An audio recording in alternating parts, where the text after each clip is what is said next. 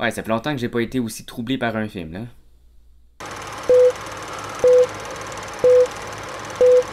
Hey, salut, on est rendu au milieu de l'été et j'espère que pour ceux qui sont en vacances, vous passez du bon temps. Aujourd'hui, je vais vous parler d'un film que j'ai écouté récemment, même s'il est sorti il y a 2 ans. C'est justement en lien avec l'été, le film s'intitule Midsommar ou Midsummer. Pourquoi je vous parle de ce film-là? Ben, c'est parce qu'il m'a vraiment troublé puis j'avais besoin d'en parler.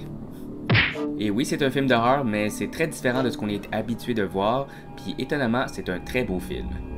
Je ne dirais pas nécessairement de spoilers, mais il y a quand même quelques détails importants. Si vous regardez pas le film immédiatement après cette vidéo, vous devriez être correct. Donc je vous fais un petit résumé puis je vous parle de ce qui m'a troublé après.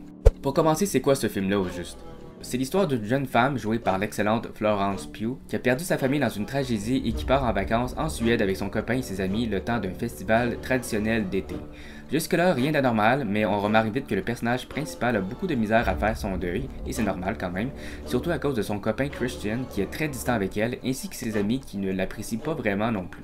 Elle décide quand même de partir en vacances avec le groupe, sûrement pour se changer les idées et avoir du bon temps. Dans ce groupe, Christian et Josh ont une thèse à faire en anthropologie, ce qui les pousse à se rendre dans la commune, invités par leur ami suédois Pelle. Je ne dévoilerai pas de punch, mais ce personnage-là est plutôt suspicieux, même si il s'entend très bien avec le personnage principal, Danny. Il y a aussi Mark qui veut juste baiser les Suédoises et avoir du bon temps. Une fois arrivés sur les lieux, les choses commencent tranquillement à aller mal. En tout cas, on sent vraiment quelque chose de bizarre, là. Je me suis même surpris à full m'intéresser à la culture comme les personnages. Puis ça prend environ 40 minutes avant que les problèmes arrivent pour vrai. J'avais quasiment oublié que je regardais un film d'horreur. Et lorsqu'on devient témoin d'un genre de sacrifice, c'est là qu'on se rappelle que c'est bien un film d'horreur qu'on regarde. Avec le groupe, il y avait aussi 2 touristes qui essaient de s'enfuir mais qui finissent par se faire tuer évidemment. Danny veut aussi partir, mais son copain veut rester pour finir sa thèse, donc il décide de rester malgré elle. On remarque donc son impuissance et la dominance que son copain a sur elle. La commune n'a pas ses défauts, si on peut dire, vu la gaieté et l'harmonie avec la nature, ce qui est très différent de nos valeurs modernes. Et c'est là que Danny commence à comprendre son rôle à jouer et pourquoi elle est venue dans la commune. J'irai pas plus loin pour l'histoire vu que je ne veux pas spoiler, mais on pourrait en discuter dans les commentaires. Maintenant, passons aux choses sérieuses. Le gros point fort, c'est la photographie, l'image est tellement léchée, c'est vraiment un beau film. La construction des plans est très impressionnante, il y a un jeu de caméra où le plan bascule à l'envers lorsque le groupe arrive en Suède, et on comprend qu'on traverse enfin une autre étape importante du film. Il y a d'autres plans comme ça aussi très intéressants. D'ailleurs, ce qui se démarque des autres films, c'est que ça se déroule en grande partie en plein jour, au beau soleil. Au début, je croyais même que le film se passait dans une région où le soleil était présent une bonne partie de l'année, mais c'est pas le cas. Vu qu'il y a peu de scènes de nuit, il n'y a pratiquement pas de scènes dans le noir. Une autre caractéristique intéressante est qu'il y a peu de jumpscares. Vous savez, quand on nous fait sursauter avec l'apparition d'un élément épeurant accompagné d'un effet sonore très fort. Il n'y en a pas vraiment. Peut-être un ou deux. On nous fait peur plus avec l'imagerie troublante des personnages qui ont l'air brainwashés dans leur quotidien. Je n'irai pas dans la psychanalyse, mais ça m'a fait penser à l'inquiétante étrangeté de Freud où on ressent un malaise à regarder quelque chose qui pourrait sembler banal. Un autre élément inquiétant dans le film est la présentation des murales dessinées très creepy selon moi. Leur aspect médiéval et souvent macabre est inconfortable. D'ailleurs, la première qu'on voit au début est un véritable spoiler parce qu'elle révèle des éléments importants du film, mais on s'en rend pas tout de suite compte. Il y a plusieurs murales comme ça dans le film qui nous révèlent en images ce qui va se passer et ça peut nous effrayer inconsciemment si on peut dire. Donc la symbolique est extrêmement importante dans le film et c'est très bien exploité.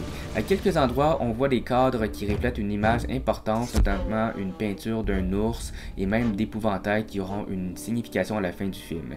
Le chiffre 9 est aussi un élément récurrent, démontrant que les phases de la vie sont des multiples de 9. Il sacrifie les aînés à l'âge de 72 ans par exemple, sans oublier que les runes de Vikings sont bien présentes et qu'elles ont toutes leur signification. Vraiment, le réalisateur a fait ses recherches, comme on dit. Et dernière chose, la commune ressemble vraiment à une secte. Alors, le fait qu'on craint tous les sectes qui ont des valeurs extrémistes rajoute beaucoup au malaise constant du film. Pour revenir sur les personnages, j'aurais agi bien différemment, et c'est souvent ce qu'on reproche des personnages d'un film d'horreur.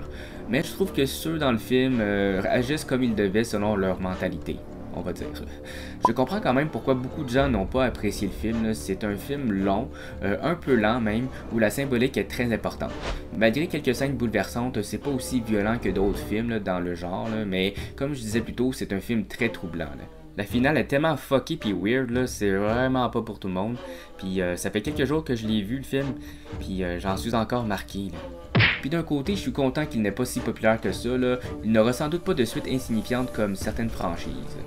En gros, c'est un film d'horreur qui se démarque vraiment des autres films du genre.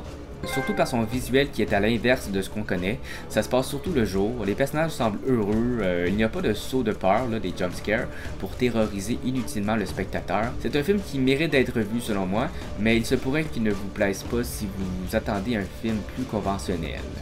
Dans un autre ordre d'idée, trouvez-vous que l'actrice Florence Pugh a des airs de Chloe Grace Moretz dans ce film? Et l'acteur qui joue le rôle de Christian est un mélange de Seth Rogen et de Chris Pratt lorsqu'il est de profil, de côté. Là. Ça aussi, j'ai trouvé ça très étrange. Fait que pensez-vous du film si vous l'avez vu? Trouvez-vous que c'est un chef-d'œuvre ou le pire film? C'est souvent un ou l'autre, malheureusement. Sur ce, merci de m'avoir écouté et à la prochaine. That sounds fun.